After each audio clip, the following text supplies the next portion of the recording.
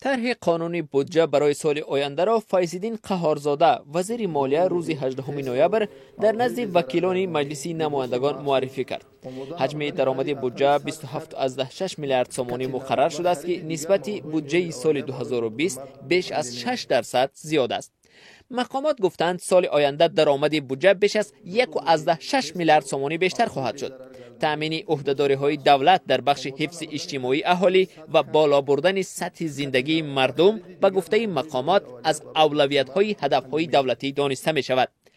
قبول طرح بودجه سال 2021 از سوی پارلمان در حال است که سال جاری بنابر تأثیر منفی پاندمی کرونا ویروس و کاهش یافتن انتقال‌های پلی مهاجران کاری درآمد بودجه کشور به شدت کاهش یافت. از این رو پایان ماه ایون از جمله با توسعه صندوق بین‌المللی پول تاجیکستان نقشه درآمد بودجه را 2 میلیارد سومانی و بخش خراجات را 1 میلیارد و 800 میلیون سومانی کم کرد.